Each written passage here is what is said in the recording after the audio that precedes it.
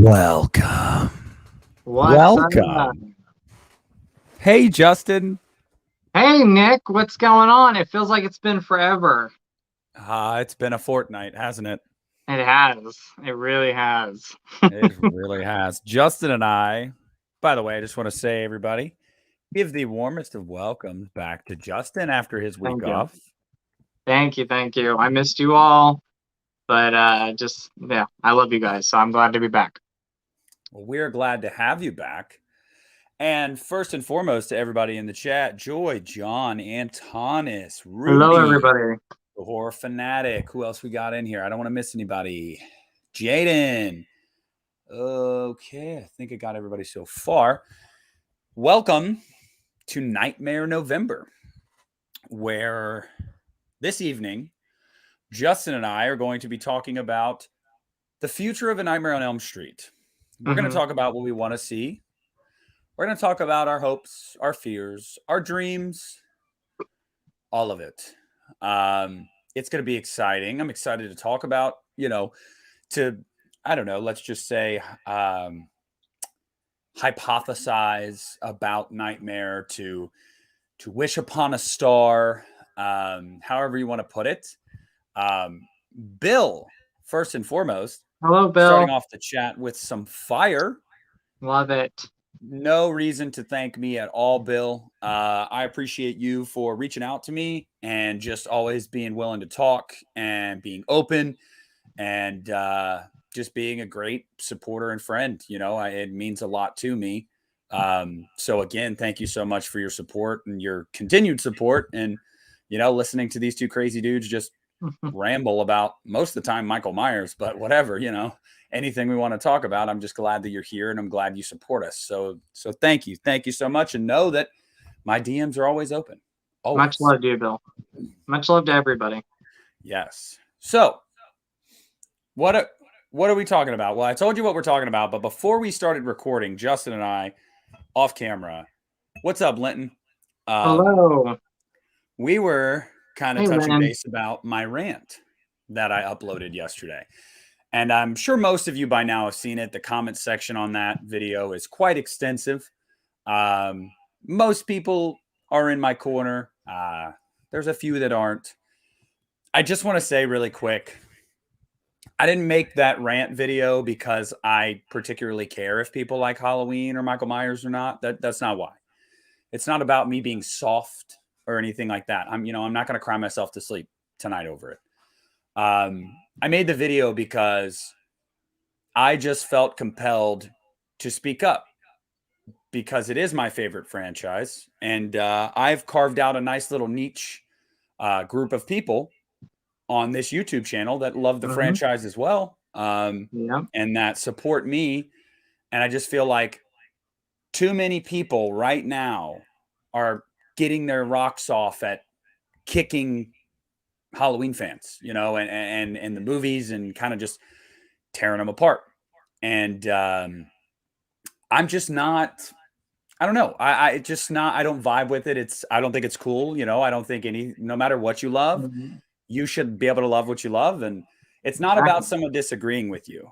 I made the video because it's about people taking it to the lengths of using it to create controversy, to make money, while alienating an entire fan base. I don't agree with that. That is beneath people. And I just think that if it's not your cup of tea, why don't you just, I don't know, don't talk about it, maybe, Justin, I don't watch, I don't know, I'll give you an example. I don't watch Grey's Anatomy. I'm not going to go on YouTube and talk about how Grey's Anatomy is stupid and their fans are stupid. Right. You know what I mean? It's just, okay, it's not for you. It's not for you. That's awesome. Really no need to really say anything more about it. So I felt passionate about it. I wanted to talk about it. And I'm glad I did. And in talking to Justin, he felt the same way.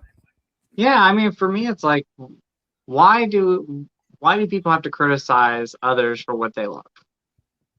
Just let people be, and let them love a franchise. Let them love what they love. I'm not going to criticize somebody for loving what they love. I mean, come on. I think there's negativity already in social media. Let's not put more negativity out there and criticize somebody for what they love. Let's have respect for each other. And I'll say this, I really don't understand the trend right now of hating the Halloween franchise. I don't know how that got started, where it got started. If you go back to Halloween 2018, the Halloween franchise was on a boom. People loved it. People, oh no, I'm still here. My ring light. Keep going. But yeah, I just don't understand where this trend started. Hating the Halloween franchise. But again, when it comes down to it, respect people, respect each other. If you don't love something, don't say anything. We've always been said, if you have nothing nice to say, don't say anything at all. You can have an opinion, but don't criticize somebody. Because I'm not going to criticize somebody for loving what they love. I guess that's just my biggest hang up, is if it's not your thing, it's not your thing. That's fine. Right. Exactly. When it comes to the point where you belittle other people because it is their thing, you're saying things like, I'm sure Halloween fans like this, but for someone like me, it's like, oh, wow, because your vast knowledge of horror makes you superior to those who love Halloween. Wow. Thank you so much for that insightful addition to the conversation. Without that, I wouldn't. Yes, Egypt, we are. We're just. Yeah, I we wanted are. to get this out of the way really quick because Justin and I were talking about it off camera. And like I said, a lot of people have watched that video and commented on that video in less than 24 hours. So I just wanted to talk about it from the top. But It is what it is. I think Linton brings up a great comment here. People who wanted kills to be different got different, but are hating on it. And I think that may be where the trend started, people hating on the Halloween franchise. But I'm like, this is a new thing because, 10 years ago, people weren't hating on the franchise. 2 years ago, people weren't hating on the franchise. So I just don't understand the trend on hating the franchise. Again, when it comes down to it, have respect for each other. Let somebody love what they love. And, just let it be that. If you have nothing nice to say, don't say anything at all. Like I said, it's popular to hate what's popular.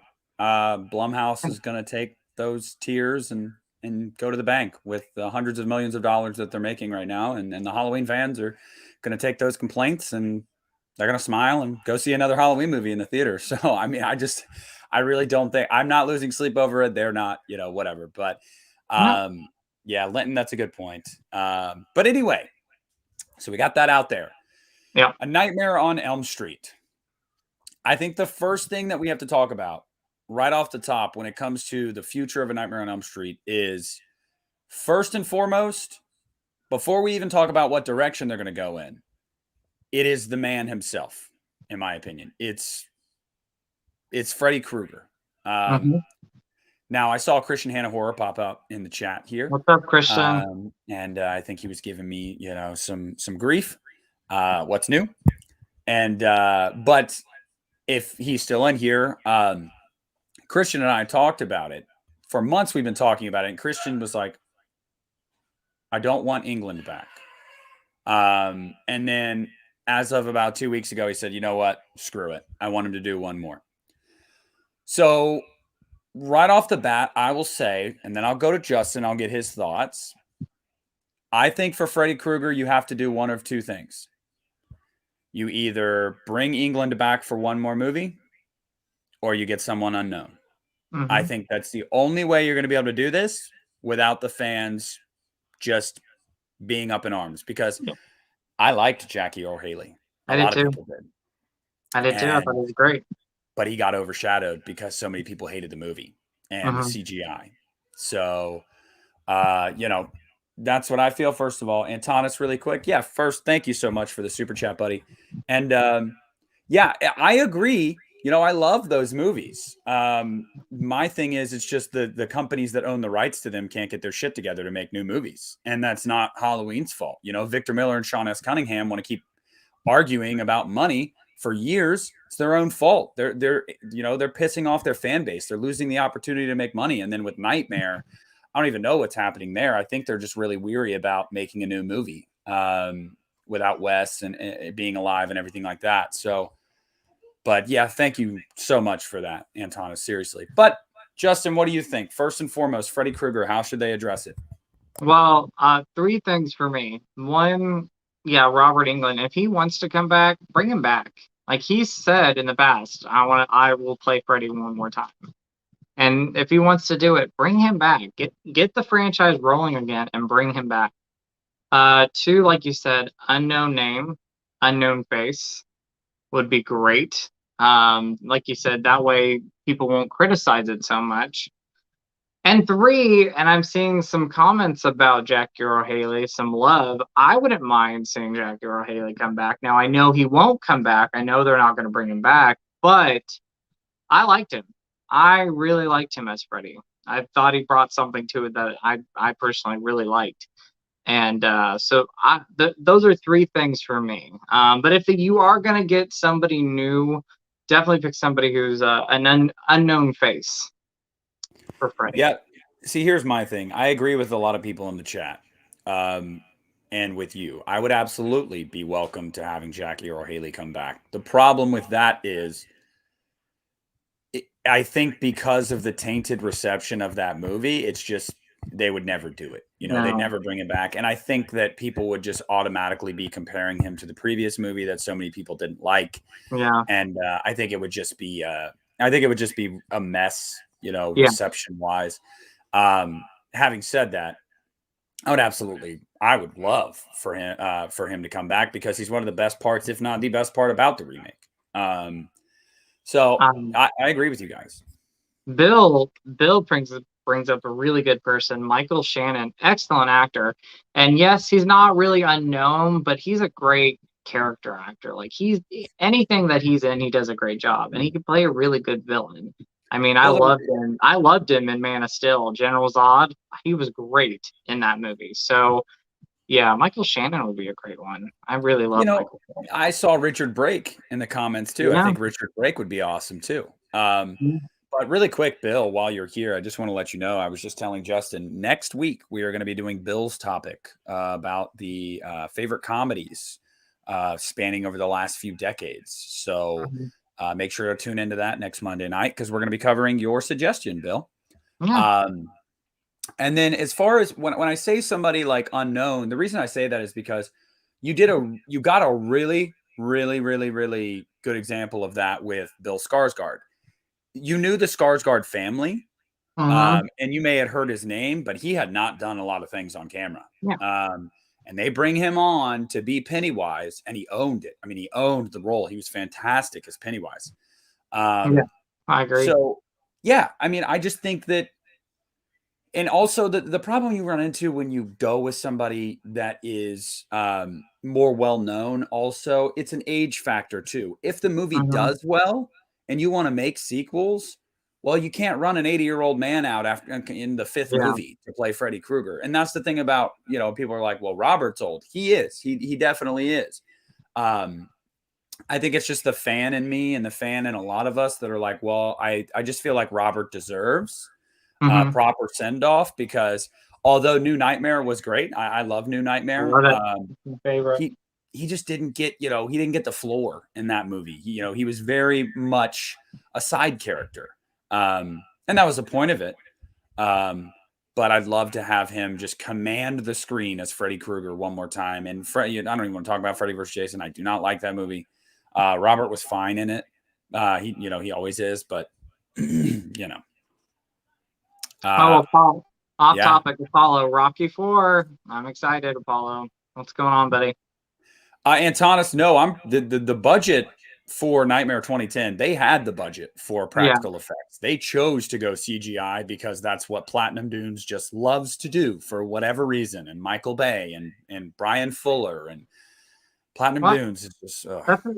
That's another. I mean, I don't know if we're gonna bring that up. I mean, with this new movie, I don't even think Platinum Dunes would be involved. So we have like fresh eyes that would be a part of, the behind the scenes of this new Nightmare on Elm Street. I don't think Platinum Dunes would be involved. Hey, what's up, the Real Fifth Beatle? I did not know that. Did it just happen randomly? Were you able to sub back? I've never even blocked anyone on YouTube. So that's weird. Did it allow you to sub back though? Let me know. Because if not, I'm gonna reach out to YouTube support. Because that doesn't make any damn sense. Yeah, I've noticed sometimes because it's happened with me where I'll subscribe to somebody and then I go and try to, I'll realize I haven't seen a video from them in a while, and I'll go and look at their channel and I'm not subscribed to them, and I'm like, what is going on here? So that is seriously weird. Everybody in the chat, make sure that you're still subbed to the channel. I don't know why that would have happened. If there was some kind of issue, I need to know so I can reach out to YouTube support. But just make sure you're subbed if you haven't already. And again, let me know.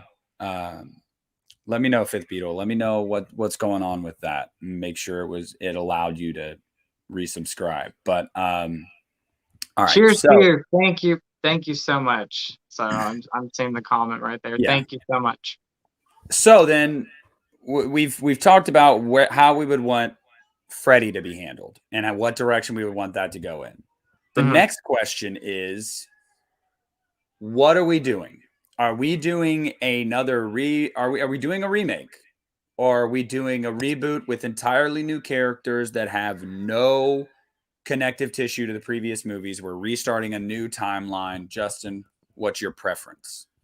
The second one. I was thinking about it. I'm like, well, they could remake it again with another actress who plays Nancy. Because Rooney Mara obviously has had words about this movie she was in. I would go a direction of brand new characters. Like start fresh somewhere. Obviously have Freddy in it, but we have the original movie. We've had the remake from 2010. Let's do something a little bit more fresh. So, see, Bobby, a prequel would be nice, but Yes. if you did a prequel, I feel like you would have to have Robert back. That's how I feel about that. Because I mean, obviously, he played Freddy for a very long time. Or if you did if you decided to do a prequel to the remake, have Jackie come back. I don't know. So here's where I land on this issue. I would only like, I would only like a remake if you're going to bring Robert back. You know, Yeah. face off with a new Nancy, whatever. Let that be Robert's last hurrah. But if you're going to go a reboot with totally new characters, you should not bring in Robert Englund. You shouldn't, because if you're going to reboot it to where you're going to create sequels with a new timeline, Robert's not going to do multiple movies. So, hey, a lot of people have been saying this, Justin, and I just want to put this out there. Heather Langenkamp coming back like a Jamie Lee Curtis thing, and you get Robert to come back. I've heard that. I mean, I think to do that, you would have to do what 18 did and just ignore part 3 and say that it's just a sequel to 84's Nightmare on Elm Street. But I think, if you want me to be honest with you, is that what I'm not saying that's what I prefer, but it absolutely makes the most sense for Robert Englund coming back to have the same Freddy face off with the same Heather Langenkamp, you know, like Nancy Thompson. Like I think that would make the most sense for him to come back. Any other avenue, I don't know if it really, I don't know. I don't know if it works any other avenue. And I feel like, well, I might as well just say, all right, so guys, I have a bit of a scoop. I have a bit of tea that I could spill. I'm pretty sure I've talked about this with you, Justin, already. And I've said some things in passing. So there was talk in the industry. This is true. I verified it. There was talk in the industry that there was a remake being discussed, another remake. And they wanted Alexandra Daddario to play Nancy Thompson. That was the talk. That's all I heard that from a fellow YouTuber. I took that information and I reached out to one of the writers and editors for Bloody Disgusting and said, hey, I heard this info, these names. Is this legitimate? He said, let me go do some legwork. I'll get back to you. A few hours later, he comes back to me and he says, and he was very vague about it, but he said, they are discussing another, he said reboot. And they have an actress in mind that they want to play the lead role. That's all I know right now. So I'm kind of putting 2 and 2 together and going, okay, well, if that's the case, you know, if this is the name I heard and this holds some weight that they actually are discussing that, maybe that is the route they're actually trying to go. Now, I don't know, guys. I don't know. All I'm saying is that I trust Bloody Disgusting. I don't think they've ever scooped anything wrong. You know, stuff might get canceled and whatnot, but they're not like, we got this covered. So I just want everybody out there to know that they are actively discussing what sounds like a remake is what I would think. Because putting 2 and 2 together, that's what it sounds like, is that they're trying to remake it again. And if they're remaking it again, I don't think we're going to get Robert back, which is fine. But I believe I've talked to you about this already, Justin, haven't I? Yeah, I think you talked. Yeah, we talked about it. Yes, we talked about it. So yeah. Hey, I wrote and obviously it wouldn't happen, but I wrote 2 fan films. I still have the screenplays, like, uh, 11 years ago, 12 years ago, where Robert would come back as Freddy and Alice would come back. So, and I called them Freddy Awakens, and then the second one was Dream Slayer. So that, I mean, that was my little fan film, fan scripts that I wrote, like I said, over 10 years ago. So guys, you heard it here first. Justin is officially writing the new Nightmare on Elm Street movie.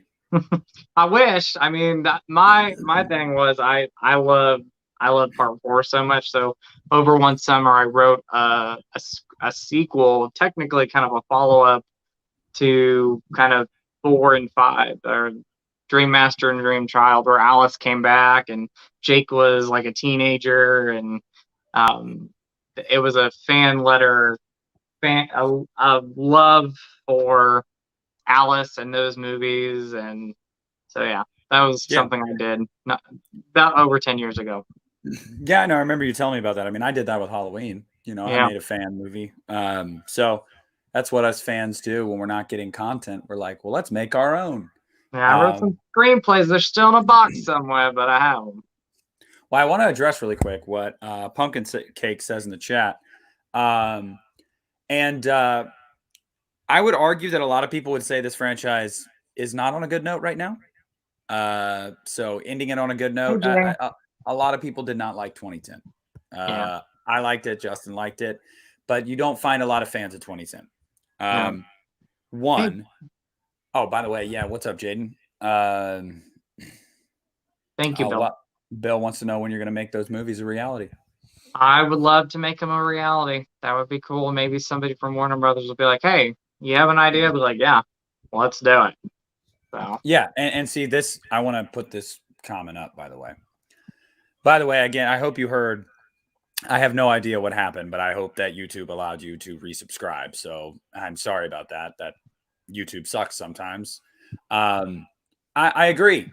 But I want to say people have to understand something. Why is it that characters like Dracula and Frankenstein's monster and the Invisible Man and the Wolf Man and stuff like that can be around for 100+ years, get many iterations, good and bad iterations, and people don't complain that those movies still get iterations? Because they're the classic monsters. I think that it needs to come to a point where people realize Michael, Freddy, and Jason are those classic monsters now of our era.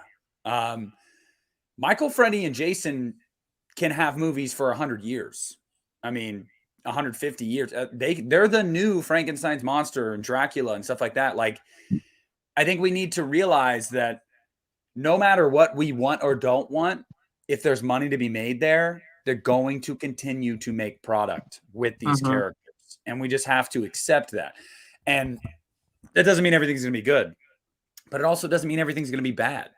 So I just kind of go into that with an open mind, you know, like I'm ready to see what they got, you know? Same. Let's see. Paranormal Activity found footage. Nightmare on Elm Street would be, yeah, that could be cool. Movie I like movie, hard concept, but New Nightmare pulled it off. Yeah, it did. I love New Nightmare. I love New Nightmare. Love the concept. Love that movie so much. Pumpkin Cake says, I'll settle for a Freddy versus Jason 2, direct to video to the old continuity, but that's it. See, the thing is, I don't know, man. I really just can't. I don't want to see a Freddy versus Jason 2. I don't know if I've ever really talked about your thoughts on that movie, Justin. Are you a fan of that movie? I mean, I'm a fan, but I loved it when I first saw it. I don't love it now. It's kind of outdated, but I still have a fun time with it. So yeah, I don't like some of the lines in the movie that they use, but I know that the writers have come out and said that, you know, that was all studio's decisions to write some of the lines that they did. So yeah, and I mean, it's just this is a good point too, Savoy. Remakes from the 80s are considered amazing, yet new remakes aren't. And we got to look at some of that. Like, people love The Blob. People love The Fly. People love The Thing. These are remakes that people love. And it's so hard, it seems nowadays, for people to admit openly when a remake truly is good because of the stigma that it's a remake. So they don't want to, they're like, oh, but it's a remake. Like, I don't want to be that guy. I don't think there's anything wrong with admitting that a remake is great. Like, some of you guys may not agree with this, but I'm just going to say this. The Hills Have Eyes remake is better than the original. It is better. Last House on the Left remake is better than the original. Better. I'm trying to think of some other ones. I mean, I don't think it is better, but I think Texas Chainsaw the Massacre, the remake, is probably like top three. Top three for me. This is blasphemous, but I have days where I put it above it. I really do. I think that remake is so good. It is Dawn of the Dead. I don't know if I put it up against. I don't know if it's over George A. Romero's movie, but Dawn of the Dead is amazing. Like that's damn near right up there. Evil Dead remake. I didn't love it when I first saw it, but that movie's grown on me so much. I love that movie. I am almost afraid to put it above the original. Even though it's really its own thing. It's not really a remake, but like I'm afraid to put it above the original because I don't want people to come at me. But I'm at a point where I think I like it better. Like I love Evil Dead 2. It's my favorite. And I think the next after that is 2013. I mean, that movie is so damn good. I love that movie. But the Omen remake, Jay brings that up. I love the Omen remake. I saw that the day it came out, which when I was in line going to the movies, I'm like, I hope I don't get struck by lightning. But I saw the Omen remake, House of Wax. Love House of Wax.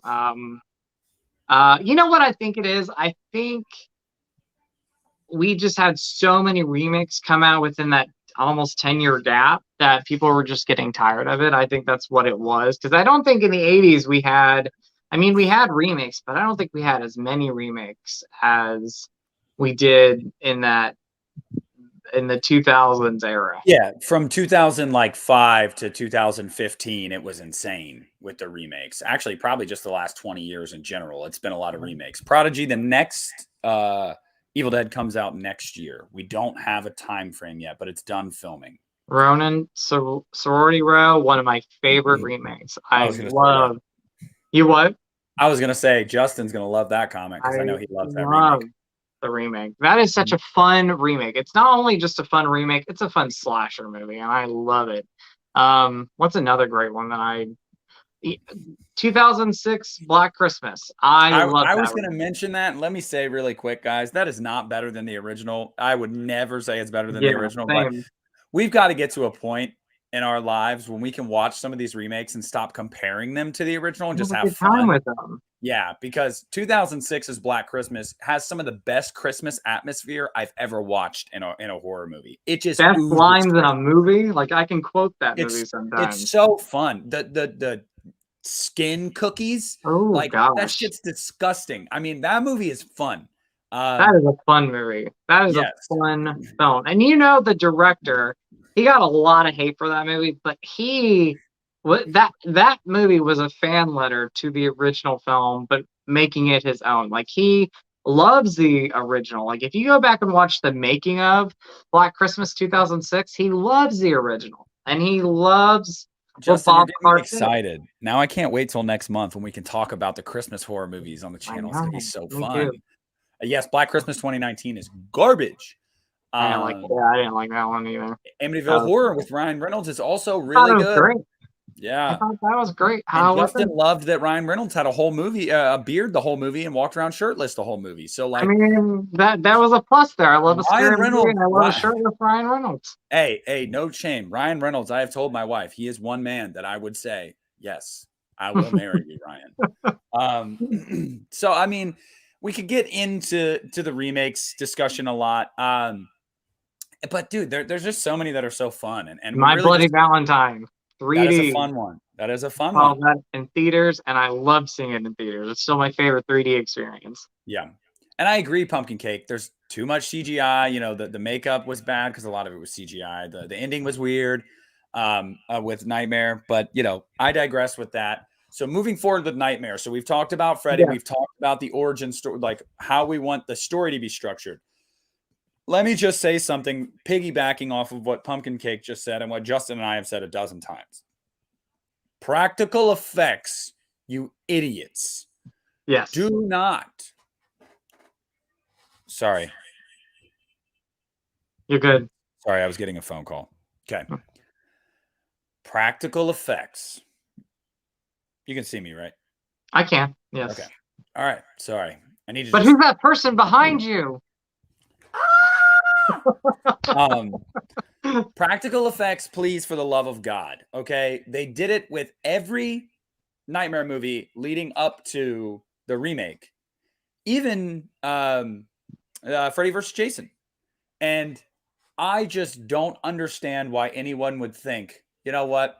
Let's change what we've been doing and let's do CGI. That would be cool, right? Jesus, no. Please, God, no. Just do practical effects. I don't even care who's playing Freddy at this point. Just do practical effects. Like, please. I don't know, Justin. Do you agree?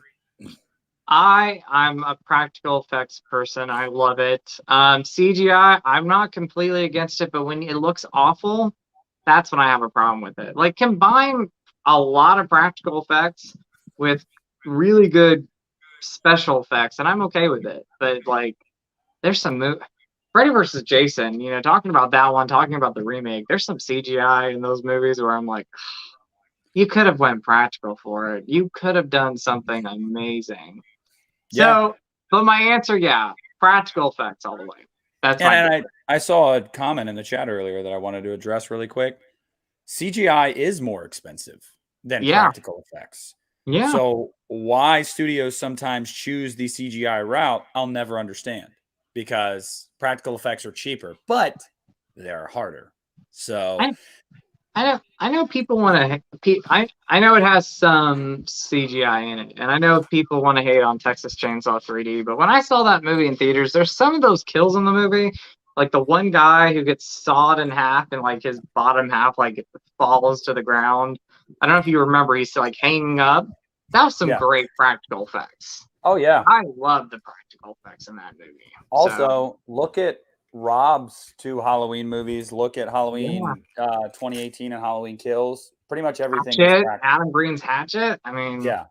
Like, and you can get. I think practical just makes it seem more real anyway. Yes. Like, if I'm being honest, it just looks real. So I'm with you on that. I'm with you. So we've addressed that then. Now, Justin. Oh my goodness gracious. I was trying to eat my little Michael Myers sour candies, and they popped open and went everywhere. Oh, talk about CGI in a movie. I like the remake now. I didn't like it when I first saw it, but Fright Night, the remake, the CGI was horrible in that movie. I was not a fan of the CGI. That is the thing where you could have done some amazing practical effects, and they did not go that. I don't know why they went the route of CGI in that movie. So, little knife. That's what the candies are. Little knives. They're good. I love it. I love that. But you know what I mean? Like, I like the Fright Night remake now. I just don't know why. That's a movie where I'm like, why did you have to go the CGI route with a lot of that stuff? Oh no, I completely agree. It's. What's up, Scream? What's up, buddy? Yes, triple feature. You're absolutely right. And it absolutely peaked with Breaking Dawn Part 2. CGI did. So we've addressed that. I've got a good one for you. Okay. Who does the score? Ooh. Oh. Okay, so I think of this person because I really loved their music in the Halloween remake, Tyler Bates. I like Tyler Bates. So he would be the guy you'd go to? I think so. I mean, I'm trying to think of some other people out there, really good music. Who did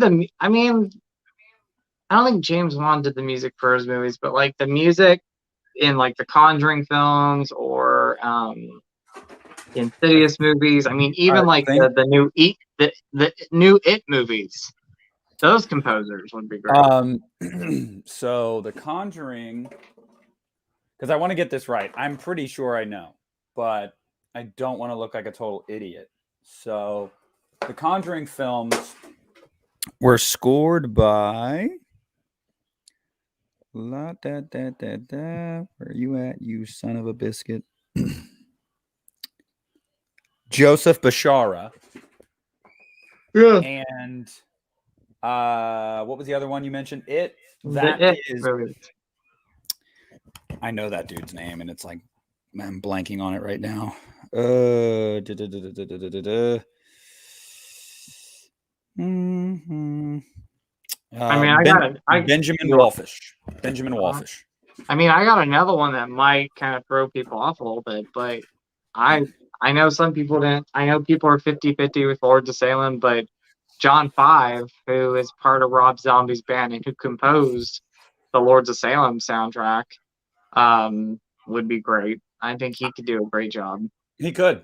I have someone that'd be at the top of my wish list, though, if Who I'm being honest with myself. who would it be? Bear McCreary. Okay. I love Bear McCreary. Bear McCreary did Child's Play 2019. Oh yes. Oh, that's a good one. He did Godzilla King of the Monsters. He's actually done a lot of movies recently. I love his scores. But that Child's Play 2019 theme was so awesome. Was so awesome. I mean, I love that the whole score. Love it. And Tanis, again, from the top rope. Would you agree that CGI can be good if done the right way? Yes. Yeah. Absolutely. I said it. I mean, combine great practical effects with great CGI. Like, don't just do CGI. Like, combine it. And there's some great CGI effects out there. There's just some studios don't, for whatever reason, don't bring great CGI in movies sometimes. Yes. Favorite quote by Freddy in the remake is absolutely positively the brain stays alive for 7 minutes after the heart stops beating. Oh, that's my favorite too. I love that one. Yep. I love that one. That's my favorite. That was a moment where you really saw how evil he was. Like, he was just toying with the character and messing with him. So yes. All right. So who are we getting to direct it, Justin? Oh, we have not talked about this yet. Well, first, you know what? Hold on. Who's writing it? Okay. I don't know who. I can't think of somebody who would. Okay. I got. No. Mm-hmm. Though he was good in Alien Covenant. I liked him in Alien Covenant. So, but I honestly think, and this could be a writer and director, Lee Wynell, who wrote, write and direct that one. I really love Lee Wynell. I love what he did with Invisible Man. I really love what he did with Insidious Chapter 3. And one of my favorite modern kind of sci-fi thriller horror movies, Upgrade, is amazing. Like, I still have to see that. It's amazing. And the guy who composed those movies, I mean, if you got Lee Wynell with that composer, I mean, that would be great. I guess you answer that the right way, because this really kind of does go hand in hand, because a lot of these directors, the good ones, nowadays, they write and direct. Now they don't solely write their movies. Usually there's another person or two on there. But if I've got two people that have always been at the top of my list for being a writer and director for the next Elm Street movie, and first and foremost would be James Wan. And I think he could play in that sandbox so well, because and people might think at first, wait, what do you mean? Hear me out. James Wan is a master of suspense and dread, and he is a master playing in the realm of the paranormal. And Freddy Krueger is paranormal. He's dead. And James Wan, in every movie that he's made, there's these very ambitious things that he tries, like The Crooked Man in The Conjuring 2. And then you've got Malignant just as a whole. And there's a lot of very interesting components to Dead Silence and so on and so forth, that I feel like if he had a movie where he could work in the dream world for like half of the movie, I think that would be amazing. And then Ronan, your comment is my second choice, Fede Alvarez. I love Fede Alvarez. My second choice. I know you're a fan. I'm a fan. Mike Flanagan. Oh, yeah, Mike Flanagan. That's top three right there. Those are my top three. Yeah, Mike Flanagan will come in right in. I love. Oh, do you remember a few years ago when he like it made news because he was on Twitter and he was like tagging New Line Cinema and Warner Brothers and he was like talking about how he had a great pitch for a Nightmare movie and he was like, I want to make this. Like somebody bring me in. Like let me pitch you my story, and it never happened. Yeah. That's awesome. I don't think I might have heard about that, but Mike Flanagan for me, I either really enjoy or love all his movies. I am a huge Mike Flanagan fan. We're both Dr. Sleep fans. We love that. I love his work. Dr. Sleep is my second favorite horror movie of all time. I love that. So, but yeah, Mike Flanagan. That needs to be. I have an idea for a future show. The work of Mike Flanagan. Hey, first of all, that's fantastic. We've got to do that, Justin. Yes. Second of all, little known fact, guys. I had a dream all throughout my teenage years that I was going to go to UCLA to be a director. That's what I wanted to do with my life. And then realizing how expensive it would be and how hard that genre, not the genre, the business is to get into and really make a name for yourself. I tried to be a little more realistic. I didn't come from a family of a lot of means. So, hey, Jamie, what's up? Yes, Dr. Sleep Love. Dr. Sleep Love, yes. So it would have been really difficult for me to make that work. But I would have loved that. I have a brain that works a mile a minute, Bobby. So, I really think that I do think I could direct. I really do. I don't feel. Yeah, I think I could. Justin, all right, guys, you heard it here first. We're taking Justin's script, his screenplays, and I'm directing, and we're going for it. We're gonna be the James Wan and Lee Wynell of this time. So yeah, you heard it here first, guys. So when we're big and famous, the John Carpenter and Deborah Hill of this time. Yes, Justin is John Carpenter. I'm Deborah Hill. But yeah, so okay, we've talked about writer, we've talked about director, we've talked about composer, we've talked about Freddie, we've talked about the story. I guess, Justin, I should just ask you the big question. The big question that's the most important question for pretty much any Nightmare fan. When they inevitably make a new Nightmare movie, because we know it's going to happen eventually, what do you want to come away from this film with? When you walk out of the theater after having seen it, what would make it a successful experience for you to make you feel like it wasn't a waste of time? It needs to be made by somebody. I would need it to be somebody who truly loves the franchise, who loves or just loves the original movie, or loves the franchise. It doesn't need to be a remake, but just loves the franchise, is a fan of the franchise. That's what I want, and who makes a great movie or an awesome movie. You want Rooney Mara to direct it then? I do not want Rooney Mara to direct it. Now, she's been in some great stuff since Nightmare on Elm Street, but I would not want her to be anywhere involved with this movie. I don't want, and I'm not one that completely hates Platinum Dunes, but I don't even want them a part of it. Like, no. Like, you want my opinion on that? Yeah. I've talked to Christian about this. I think you agree, Justin. I think we've talked about it. We all have to come to terms with the fact that Blumhouse is going to have all three of these under their umbrella very soon enough. Jason Blum has made no secret about he has been going after Friday the 13th for years, for a decade. And now that these rights issues are kind of cleared up, I guarantee you he has been in contact with either Victor or Sean or both. And he's saying, I'm going to write you both a check of this amount. I want to make a Friday the 13th movie. And I'm telling you, it's going to happen. And then the other domino to fall will be Freddie. And Who falls first? I don't know. I don't know if it's Freddy or if it's Jason, but regardless of our feelings on Blumhouse, we cannot deny that they're like literally the power studio right now in horror. And people will make a case for A24. A24 makes some great movies. They don't make near the money Blumhouse does. That's why I say Blumhouse is the king right now when it comes to horror. They make the money. If he wants Friday, he's going to get Friday. If he wants Nightmare, he's going to get Nightmare. I mean, I don't know. I think it's going to happen. I think he's going to get both. And I think we're going to have all three under the same roof. And then Lord knows what's going to happen from that.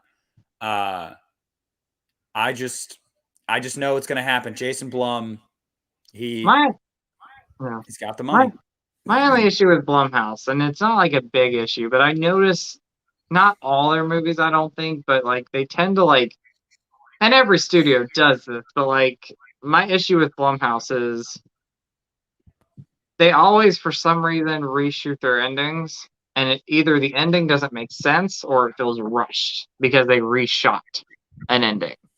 So when you watch the film and it ends, sometimes I feel like, okay, that was totally they redid that ending. They reshot that ending. And it can be good or bad. And most of the time it's good, but that's my only issue with them. I don't know. That's small little issue. It's a valid point to make, but I'll say to people in the chat that don't like Blumhouse. I love Blumhouse. Yeah, no, I know you do, but like, are we gonna sit here and pretend like New Line Cinema and Miramax and Dimension and all them were making hits left and right always? No, they put out some terrible movies too. Blumhouse and not every movie is going to be good. But Blumhouse is responsible for Insidious. Blumhouse is responsible for Sinister. Blumhouse is responsible for Happy Death Day, regardless how you feel about the second one, which I love. A lot of people really like the first one. Halloween 2018. I love Freaky. That was a great movie. They have a lot of movies that have gotten critical and commercial acclaim. They're doing what. I mean, Jason Blum is not perfect. Not every writer and director that comes under that umbrella and puts it out under that, the Blumhouse's name is going to give us a good movie. That's just the way we have to accept that. But I mean, I think I've seen more good Blumhouse movies than bad ones. I have too. I really don't. Yeah, I haven't seen too many bad Blumhouse movies. I would say Warner Brothers still, because where Warner Brothers is now with their horror movies compared to like 10 years ago with Platinum Dunes, I think they're succeeding. So I would be happy with them too, if they decided to do it. Well, this is funny because I believe I was talking to Christian and Pizow about this a month or so ago. The three of us were chatting about Nightmare. And, we all pretty much agreed that right now Warner Brothers is so focused on The Conjuring and the Conjuring universe. I don't even think they have a desire to bring Freddy back because they're making so much money with the Conjuring. Now, I don't think that's right because you could always make more with bringing Freddy back. But you got to look at The Conjuring 3. It got mixed reviews. It opened in the middle of the pandemic, and it was day and date to HBO Max, and it made over $200 million still at the box office. Like, those movies are just they're critic proof. I mean, no matter what critics think of these movies, the Conjuring movies will just make money. I love the Conjuring universe, by the way. Some are hit and miss, but I love that universe. But they did the It movies and they were successful. So that's why I'm thinking maybe they can involve Freddy somehow. I mean, I like what they're doing with their horror movies right now. I like what Warner Brothers is doing. I overall love Blumhouse. So it would be between Warner Brothers and Blumhouse right now. Well, you guys know that there is a third. Well, I think I've told you guys this before. There's a third It film that is been in development for like 2 years now. And Andy Muschietti confirmed it to me via DM on Instagram because I had heard rumors about it. And he said, yeah, but I can't talk about it right now. What happened was Warner Brothers has been developing because they loved Bill Skarsgård as Pennywise and how much money those movies made. They made over $1 billion combined, just 2 movies. Yeah. And they're like, we have got to bring this guy back. And it's a prequel. Yeah, Brooke, that's right. It's a prequel that was going to take place hundreds of years ago, with Bill Skarsgård. You know, almost like the photo you see on the wall in It Chapter 2, where she's like, "My father," like the old lady. Yeah. Can I do my best like imitation of that? Yeah. You ready? My father joined the circus. Yes. Yes. So my father joined the circus. My father. They're do you love me, Bevy? Are you still Barry's little girl? I just so like they're very focused on what they know is making them money right now. And it is one of them. You know, if it's a prequel, it's gonna make, I guarantee you to make $400 or $500 million. I guarantee it. Just guarantee it. Conjuring movies won't make you less than 200 million. They just won't. Warner Brothers they're being smart. You know, they're not pumping out about a lot of bad content. They're pumping out things here and there, but they're making a lot of money with it. So you got to give them credit where credit's due. But Jay, that's a good idea. That is a good idea. Looking into the origins of Freddy, digs deeper into the murders. Yeah, that would be cool. See, my thing with going with the It prequel, I kind of would like to see it. I mean, if they left it alone, that's fine. Like, I'm happy with the 2 movies we have. I love them. But I think with part 2, what I wanted to see was a little bit more of that backstory. So let me tell you something. Pumpkin cake to your comment. Bye, 1031. Have a good night. See you later, 1031. Stephen King himself is one of the people that was pushing for them to do a prequel, believe it or not. He and Andy Muschietti have had talks about it. This was also reported, it was probably damn near 2 years ago, that Stephen King was actually like, yes, there's a lot of history there with Pennywise. Dig into that history. Like, you know, and there's actually rumors that Stephen King maybe has been writing a book, a prequel book. And maybe that's why we haven't gotten an announcement on the movie yet, because he's writing a book while they're writing a screenplay. So I'm just saying, I don't know if that's true, but I have followed these rumors quite extensively. And I did my homework when it came to reaching out to Andy Muschietti himself. And he told me, yes, it is happening, but I can't talk about it right now. And I shared that picture on my social media like a year ago when he messaged me back and said that.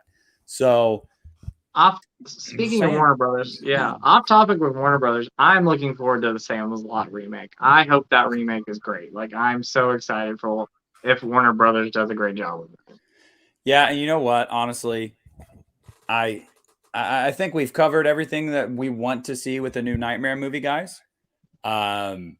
And so now we're just going to keep this free-flowing discussion going because I'm liking this. My father joined the circus. Yes, he did. He did. K-Dog, that would be awesome. Conjuring 3 was actually your favorite one. It was my wife's favorite one, too. Okay, so we're sitting in the theater, Justin. Get this. And the movie ends. And my brother's here, and my wife is here. My brother goes, yeah, I mean, it was all right. Probably my least favorite Conjuring movie, though. And I was like, yeah, probably same. I mean, I liked it a little bit more than just all right. And I looked at my wife, and she wasn't really showing much emotion throughout the whole movie. And I was like, did you think it was just all right, too? She was like, it's actually my favorite one. I was like, what the hell? Conjuring, which one? The third one, The Devil Made Me Do It. I love it. I love the movie. I thought it was great. So. I did too. I really did too. But the first 2 set the bar so high. So I don't know. But and then Jaden, to what you said, even if he doesn't write a prequel book, he has been so actively involved with it under Warner Brothers, ever since Andy Muschietti was announced to be making a movie in 2017, that I'm sure he's involved in this process every step of the way. So, and Stephen King knows when a movie is a good adaptation of his book. Regardless, he liked Pet Sematary. He liked 2019. I really enjoyed that. I'm close to loving that movie. Yeah, I love that movie. He loved it and It Chapter 2 and said they're better than the 90 miniseries. And I agree. That's why I've hope. I mean, I love this. the original Salem's Lot miniseries. The book's amazing though, so I'm so excited to see what they do with the Salem's Lot remake. So Yes. Bobby, I got married the last week of September. No, and I like I said, I don't know Pumpkin Cake. I don't know what if it's a one-off prequel movie or if they're trying to span that out into multiple things. I have no idea. I just know that Warner Brothers, I will say to their credit, not a lot has leaked about that. It's like people know it's being developed. That's all we know. We don't know a damn thing about it. So kudos to them for not letting stuff leak like that. But yeah, I mean, also Stephen King loved Dr. Sleep. He said it was better than The Shining. And so that's all I needed. That's all I needed because I think Dr. Sleep is better than The Shining. So for the man himself that wrote both books to come out and say, no, Dr. Sleep is better than The Shining movie, I was like, thank you. Who's going to tell me the author of the material is wrong? That's right. Stephen King agrees with me. I agree. Dr. Sleep, fantastic. Hey, you know what? That's a great live episode. Stephen King talk our favorite Stephen King. Oh, dude, there's so much. There's so much. That guy has. I used to read a lot of books when I was younger. I don't read much anymore. Yeah. Because we do all of our reading online, basically now on our phones. But almost every book I read, in my teenage years was a Stephen King book. I read Rose Red, Pet Sematary. I mean, just so much like Cujo. And a lot of people are like, oh, Stephen King doesn't know what he's talking about. Yeah, I know. He hated The Shining because Kubrick made it his own movie and completely changed the ending. Hey, J-Dub, what's up? What's up, Jason? So yeah, I mean, but the catalog there for Stephen King is just, oh man, it's so good. Ronan, as soon as I have extra spending money, I have not had a lot of extra money lately. It's times are tough. Let's just say that. But I do plan on it. Don't worry. Especially around the holidays. There will be some deals. Those Halloween 4Ks, man, they were amazing. I don't know if you popped those in. Talking, physical media. Oof, I loved them. Yeah, the Shining 97 miniseries, Bill. I love that. I know it's got some CGI in it that I'm like, okay, it was a TV movie, but I love that miniseries. Yeah. That was a really good one. Well, see, Jaden, my answer to that was Dr. Sleep until Dr. Sleep got made. So now I don't know. I'd have to look back at his books and be like, okay, which one that doesn't have a movie do I want to have a movie? It was Dr. Sleep for the longest time because I loved that book. I really loved that book and I was very excited for the movie. And I'm glad that finally got made. But, I just, I don't know. That's how I feel. So I would say, because I'm having a hard time thinking what book hasn't been developed into a miniseries or movie yet. But if we're talking miniseries, I mean, I love the Salem's Lot miniseries, but I'm hoping that the remake, the theatrical remake, is going to be great because the book is amazing. I love it. But Tommyknockers. Oh creeped yeah, me out as a kid.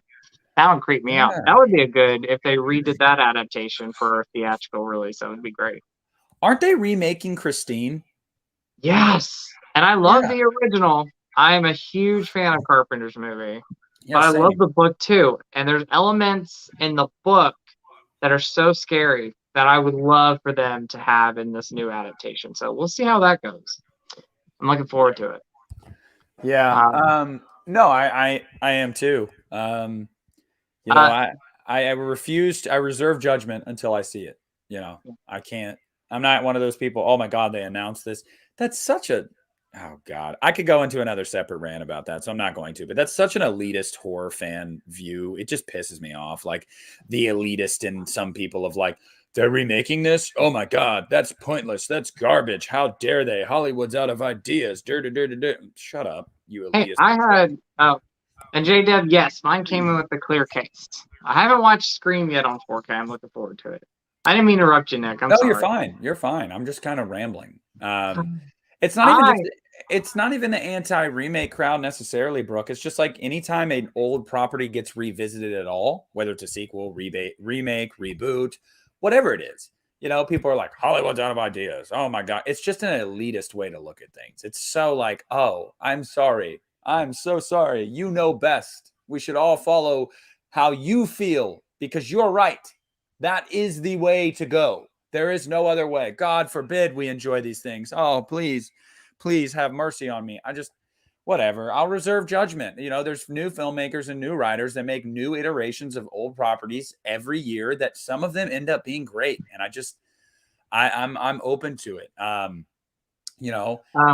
There is a thing Rudy talks about Lost Boys. Yes, there are a few properties that I think are perfect that don't need to be touched, and the Lost Boys is one of them. I agree. But I'm also not going to hate on anyone if they like the new one. You know what I mean? It is what it is. Yeah. I had a idea for if I had to remake Poltergeist, I had an idea that I would make it a two-parter. And I wrote a screenplay, or I was in the middle of writing screenplay. Part one being the story of the son in the movie when he was younger and his kind of situation going through, the spirit world or whatever it may be. And then part two was all going to be about Carol Ann and how these spirits go to her now. Like it's been passed on to her. So. Yeah, see, that's another one that I was open to Poltergeist when they announced the remake. Yeah. I wasn't opposed to it. Because I was like, it's been a while. Let somebody else try it. You see if they can, make a fun adaptation. And I just thought it was stupid. It wasn't scary at all. That's why I'm like, I want to remake it. I love the original. Mine would be a fan letter though to the original. Would you love a remake of The Midnight Hour? First of all, Tracy, shout out to you because I love The Midnight Hour. Where is the Blu-ray to that movie? Like, I love that. And yes, I would remake that. It would be a fun one. Well, see, Bill, the problem is it's hard for people like Justin and myself to ever get noticed by anyone in Hollywood. There are probably so many fans of these movies out there that have great ideas that'll never see the light of day because we don't know the right people in the right places at the right time and have the right amount of money in our pockets. Mm-hmm. And that's just because money talks. Yeah. What would be a Stephen King remake? I'm thinking, okay, we're talking Stephen King. I'm like, okay, if I had to remake a Stephen King one, well, Salem's Lot was one of them, and now they're remaking that. What's another good one? Fire. Well, they're doing Firestarter. Dang it! I was gonna say I love Firestarter. That's a great one too. Maybe because my thing is like if I was ever a screenplay writer or a director, Silver Bullet. Yes. I was just about to put that comment up there. We need a new one. I love Silver Bullet, but yes, that would be good. Storm of the Century. I love Storm of the Century. Another great one. I love that. Rose Red. I love that one too. We need a better adaptation of Rose Red. I love that, but it has not aged well. We need someone to make that into maybe a 2-part movie. I mean, I would love that. I love it too. The CGI, not so much, but I do love that TV miniseries. It scared me as a kid. Like that freaked me out as a kid. Yeah. Oh, same. Thank you, Brian. By the way, thank you. Thank you. I'm glad to put that out there. I'm glad to put that out there. And, I'm glad that it resonated with some people. That's awesome. Antonis, they don't always make good money. Most of the time, though, they do make pretty decent money because it's a well-known, property. Ben, that's another one. Maximum Overdrive. That is a good one. That scared me as a kid, too. That one's a fun one. I really like that one a lot. Yes, that's a fun movie. Huge shout out to Brian Goes Blue and Coco, though. I love those two. So awesome channel. Yeah, and Brian also mentions that he needs a new Freddy box set and he'll be good. I hope we get it. Man, it is just how much longer do we have to wait? You know what I mean? I don't want to shell out money for, shitty transfers with shitty special features. Give me a new one. It's so crazy to think, okay, so we've only had, you think about like how many Halloween editions we've had, how many Friday 13th, which I love, by the way, all that. But Nightmare on Elm Street, I was thinking back, like we had the VHS box set and the DVD set come out in 1999 or 97, right when DVD came about. And then jump 10 years later, maybe 12 years later, we had a Blu-ray set. We have really had not had and the standalone DVDs, but we really have not had a lot of Nightmare on Elm Street editions. No, and if we're being totally honest, that Blu-ray set's kind of trash. The only reason I keep it still is because I have it autographed by so many people. But not just that, but it's the only Blu-ray set. You know what I mean? So like if you want to own these movies on Blu-ray and a set, that's the way to go. But some of the transfers are just not very good. And the whole not having your own case for every movie or own disc has always pissed me off. I have always hated that. I mean, Halloween and Friday the 13th, they're waiting for their brother to come home. Yep. Wow. Yep. I mean, but there's been talk that Scream Factory's worried about financial, repercussions of doing it and maybe it not being successful, and then they're out a bunch of money. Yeah, that would be successful. That would be. It's a load of crap. They would sell out of those things. I just that's I don't know. But Brian Goes Blue asks, while we're at it, am I the only one that would love a better Blu-ray box set of Leprechaun? Yes. That would be cool. I'm not a fan of the later sequels, but I totally get if some people do like them because they're just so off the wall, batshit crazy. I can enjoy Cult of Chucky, and Cult of Chucky is a movie like that. That's just like, what the hell am I watching? But even having said that, yes, I would love a new set of Leprechaun because the set that's out there, I actually almost bought it a few weeks ago, and I decided to not buy it because I just didn't like it. I didn't like the artwork. I didn't like. I hate. Don't do this shit. Stop doing this. People, stop doing this. Stop putting it all in one case like this. Yeah. Halloween and Friday the 13th did it right. Now, at least every film has its own disc, and that's awesome. Yeah. But I just, at the very least, have every film have its own disc. But then on top of that, just give it its own case. Or if you're not going to give it its own case, can you give us just some damn disc art? Wow, look at the disc art on that. Isn't that crazy? Wow, it's so beautiful to look at. Oh, and that one. And actually, they don't have their own damn disc. I was wrong. You got Saw 3, 4, and 5 on one disc. Saw 6 and Saw 7. Oh, but Jigsaw. Jigsaw gets its own disc, guys. Jigsaw. Because, God forbid, Jigsaw doesn't get his own. Stupid. Stop doing it. Stop. I'm sorry. It's just the collector and me just annoyed. I love when they do the standalone, they release some separate cases on a box. I mean, I love that. Why don't I like Cult of Chucky? So every time I watch that movie, the first 30 minutes, I'm like, okay, I like this movie. I dig it. And then beyond that point, I don't know. I feel, even though Seed of Chucky is not a great movie, I mean, I could watch that and have fun with it. Cult of Chucky, for me, it's just a hot mess. I just love that Antonis just made me laugh out loud. He's like, why don't you like Cult of Chucky, Justin? Seed of Chucky is worse and a pile of crap. I will respect your opinion. I think Cult of Chucky is just a hot mess. Now, is Seed of Chucky a hot mess? Yeah, Seed of Chucky is a hot mess. Those are my two least favorites, but I'm just not a fan of Cult of Chucky. I've tried to watch it 2 or 3 times, and heck, I'll probably watch it down the road when I watch the franchise again. But I think for me, it was just I don't know. That was a tough one. Tough one for me. They should have called it Chucky Dies Tonight, Bobby. That's what they should have called it. Chucky Dies Tonight.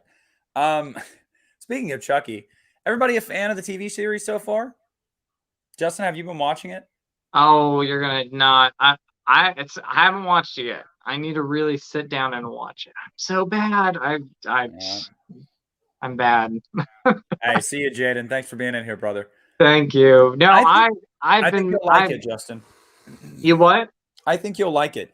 It's not very convoluted yet, but although I am worried because they did say that tomorrow's episode is when we're going to get Tiffany back and Nika back and a lot of people, and I just hope that it doesn't convolute things too much. Yeah, I was not a fan of. I'm not going to rant about Cult of Chucky, but I didn't like the way. I just didn't like that last half of the film. So we'll see what happens. My issue with Don Mancini is I love him, and I love the franchise, but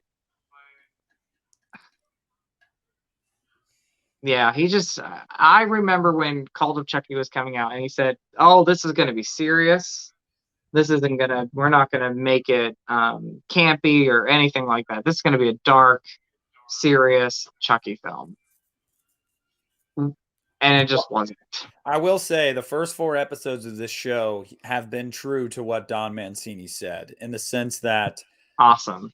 Chucky is very he's an asshole. He's funny. There are plenty of F-bombs and Chucky jokes. The the doll effects are great.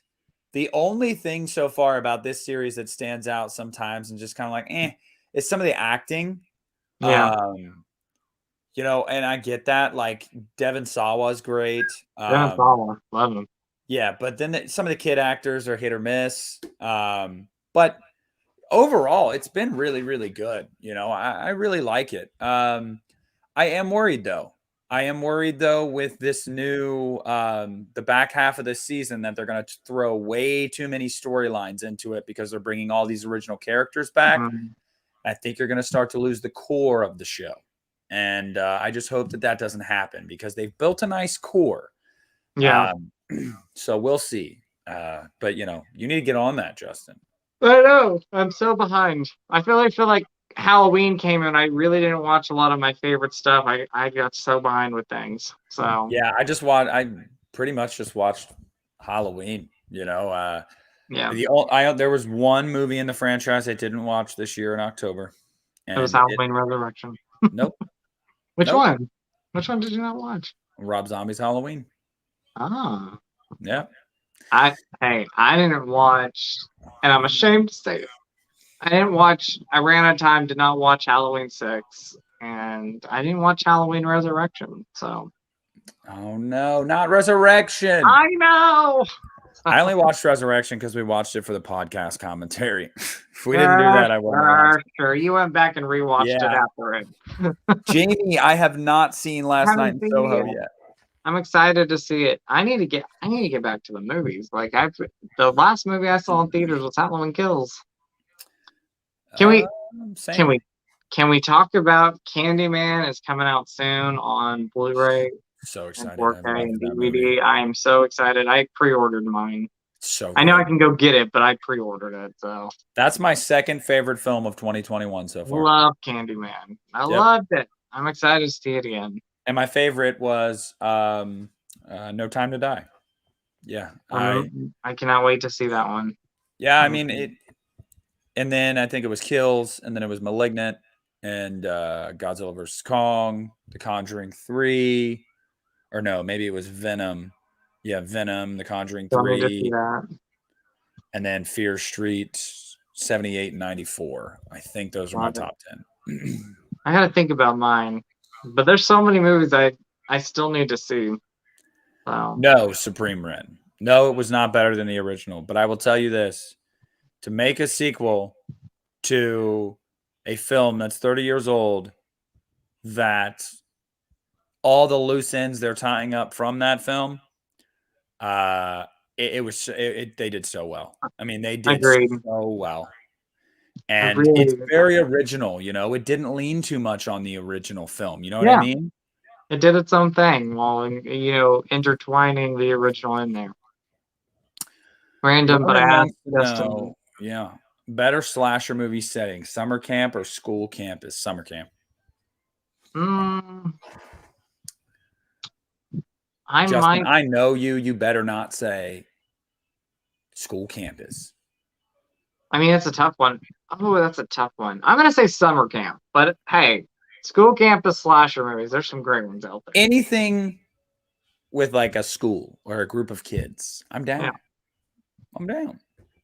Are you gonna? So are you summer camp or school campus? Which one did you pick? Summer camp. Okay, yeah, I'm summer camp, but there's some school campus ones that are great. So. Oh yeah, absolutely, absolutely.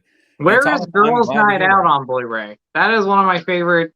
I know it's campy as all be, but a fun college slasher movie from the 80s. Girls Night Out. Anybody who's a fan, let me know. I don't think too many people have seen that one. Hold on, I'm giving my order for Wendy's. Hold on, Justin. Oh, hello. I have not seen I Know What You Did Last Summer yet on Amazon. Justin, have you watched any of that? No, the trailer's Anybody in the chat? Because I think it looks like garbage. I'm not a big fan of the trailer, so yay, Jamie! Girls Night Out. Yes, fan of Girls Night Out. I love it, Jamie. Love it. Yeah, same here, Tracy. I am a huge fan of that original miniseries, but that is a theatrical remake that I would love to see, done right. So I'm hoping that the Salem's Lot remake is successful. Yeah, chicken nugget kids meal. He'll be fine. All right. Turn that light on, the hallway light. Girls Night Out. I have not seen a cheerleader camp. I also haven't. Everybody keeps telling me I need to see it. Sorry, guys. I was my brother's going to get food, so I was telling him what I wanted. Cheerleader camp. That's a great one. We need a Blu-ray of that too. So, Rudy, you think it's fun? You think that it's actually pretty good? I don't know. I mean, do you think you'll ever get around to it, Justin? I guess I should ask you that. Do you think you're going to get around to it, or do you think it's one of those shows you're just eh? I might give it a chance. I might try to watch it. So, might try. Oh, I love Urban Legend, Ben. That's a good one. Yes. Urban Legend is great. House on Sorority Row, Sorority Row. I love both of those. The Initiation from 1984. I love that. So. Yeah. I mean, I just don't think now was the time for I Know What You Did Last Summer to come back. And if it was going to come back, it shouldn't have come back the way it did. Like, I don't know, an Amazon series? Like, what? James Wan produced it too. And it just looks, it looks okay. It just, yeah. Now, the original book is not a slasher book. And if they would have went the route with the book, I would have been okay with it. So that's more like thriller mystery. But I was not a big fan of that trailer for that TV show. No. What are we talking about? Favorite throwback 1980s thrillers? Right now, we're just having an open discussion at this point. Anything that anybody wants to add in the chat, we're just going with it, man. Let's talk about it real quick. I mean, we only got 15 seconds, but Jeepers Creepers Reborn. Oh, I know. I think. Open the door, buddy. Keep the door open. I think that the 15 seconds that we got has restored my faith in that film. It looks like it's going to be pretty dark and creepy. It looked competently made, and that's what I was worried about, is that it was going to look like this low-budget piece of garbage, and it does not at all. I really, really think that I think it looks cool. And I don't know who all knows about this so far. I said it. We do lives on Monday night. Oh my God, I would absolutely love to have Rob Zombie on here, Brooke. Never gonna happen. Live. Phil, that's a great one. But we're actually sitting down with Timo Voronsola this Sunday for the You Need a Horror podcast, the director of Jeepers Creepers Reborn. So we're gonna, I worked that out. I worked my magic, blew him some kisses, and he was like, "Wow." But no, he's a really nice guy, and he I don't know. The thing about Timo is it's going to be cool because there's not been a lot of marketing yet. So we're going to be able to get some inside information out of him. And I'm excited for that. I'm excited to be able to get some scoops for you guys from the director himself on the You Need a Horror podcast. That'll be awesome. So tune in to that this Sunday. I think Christian's going to drop it Sunday afternoon because he lives in Helsinki, Finland. So he's like 7 hours ahead of me. So we're going to record it in the morning on Sunday and then drop it Sunday night. So, but yeah, check that out. I think it'll be fun. And stop running into the stand, please, dude. Ronan, I love I Still Know What You Did Last Summer. I prefer the original, but I love I Still Know What You Did Last Summer. But that's awesome. I cannot wait to see that on Sunday. I'm looking forward to it. Yeah, same. Savoy, what's your favorite moment from a horror film, a horror movie nobody ever mentions apart from yourself? Ooh.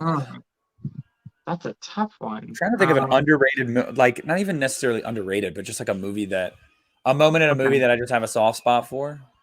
I got it. It's not, I don't know if it's underrated because people do love it, but I mean, Witchboard for me is one of my favorite movies.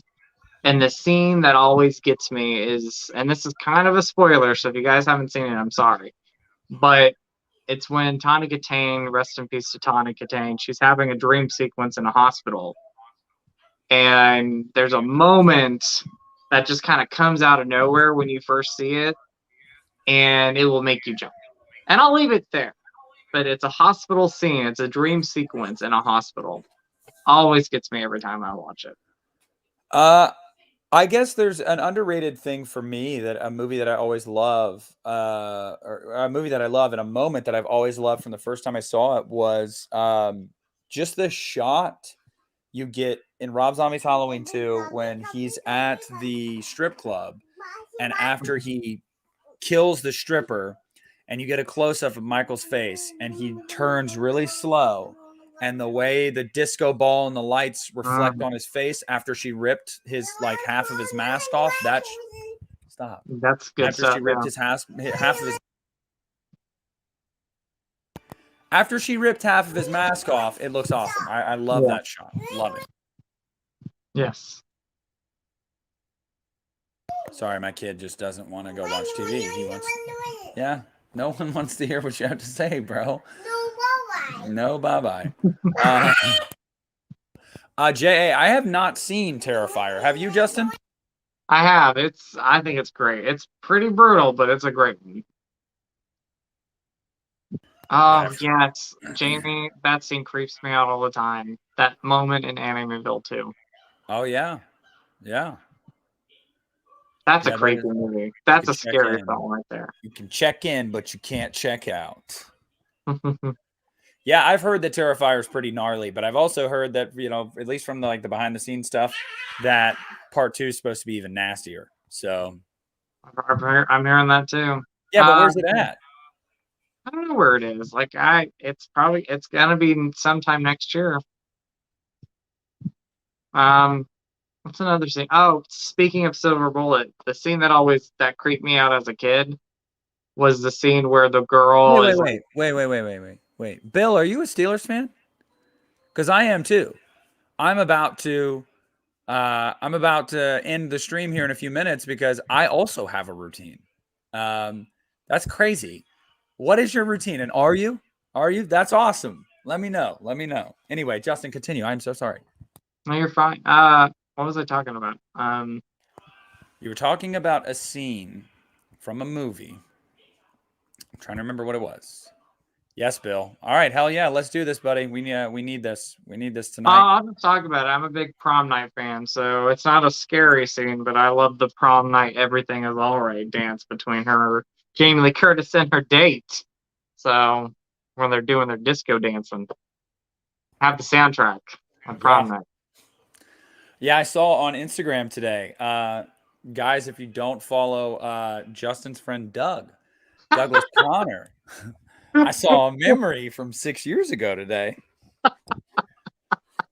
They were singing let's bowl, let's rock and roll. From Grease 2, yep. Grease 2. Who's a fan of Grease 2? I love it. Yes, Josh.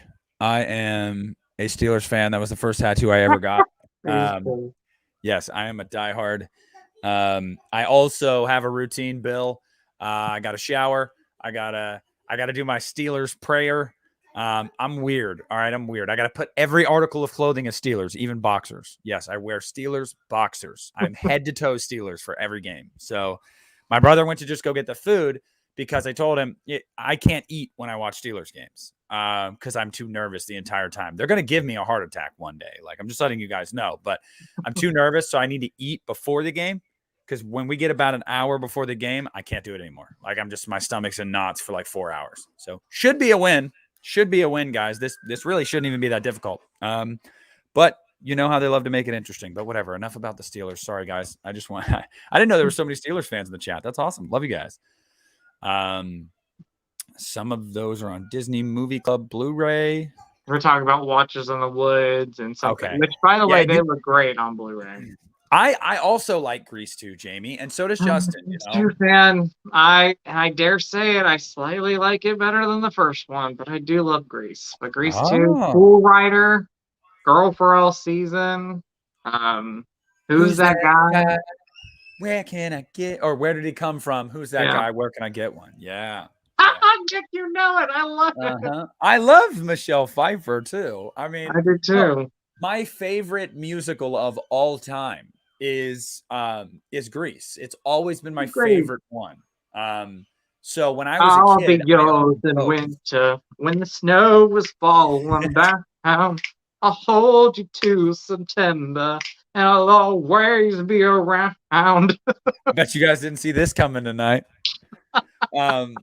But no, and I've always loved part 2 as well. And so many people don't like part 2, and I'm like, dude, it's fun. Like, I don't know. It's fun. It's fun. I'm on my Cool Rider. I know, right? Justin's waiting on his Cool Rider, guys. He's accepting applications. Okay. Maxwell Caulfield. Maxwell Caulfield. I love him. So, you know, one of my biggest regrets, we did so many, whatever, Brooke. We did so many, like, popular songs from musicals and stuff when I was in choir, when I was in school. We never did a Grease one. I'm like, what? We never did either. I know. Thank you, Brian. Thank you, Brian. So how are you not going to do a Grease one? I know. Hey, Savoy, we've got Justin and I will talk about just about anything. Okay, these chats are free for alls. All right. Right. That's right. But I mean, having said that, guys, it's almost 7 o'clock. I got to go shower. I got to eat some food, and got to get ready to go back to work tomorrow. I've had the last 2 days off, and I'm very sad. But to everybody that participated in the chat tonight, and everybody watching on the playback, I hope you got some laughs out of this. You know, the first half was talking about A Nightmare on Elm Street. The second half was just whatever the hell we wanted to talk about. Talking Grease 2, which was like. I was giddy with that. I'm like, Grease 2, yes. So go ahead and follow Doug on Instagram, guys, and you can watch Justin and Doug kill it. Oh my gosh. Back when I just had a goatee and I was like, who is that person right there? But yeah, I mean, it was awesome. If you guys haven't liked it, if you guys haven't liked the video yet, please do. Please do. Next week, we will be talking comedies. I believe Bill said from the 80s and on. I think 80s, 90s, 2000s, and 2010s. We're going to be talking comedies. Now, I know I'm a horror channel. Justin's a horror channel primarily. But we talk about other things every now and then. And a lot of horror fans, we like us a funny movie or two as well. So can't wait to make my list and can't wait to see Justin's list from our favorite comedies from these decades. And I'm excited to talk about them with you guys. So is it going to be like a top something list? How are we doing this? I think let's just do top 10 comedies from each one of those decades. Okay, I could do that. I was like, if you're doing top 10 comedies of all time, I'd be like, no way. Because that would be really good for me. Just from each from each one of those decades. But I'm excited for it. Or now are we doing it's one episode, right? So top 10 80s, 90s. Yeah. Okay. Gotcha. Yep. So we'll just put I'll figure out a nifty little title for it. But to everybody that was in here tonight, guys, we love you. We love you guys. Justin, I'm glad to have you back. Me too. Glad to be back. Missed you guys. So all right. Well, this is Nick and Justin, and we're gonna say see ya. Bye guys. And be a cool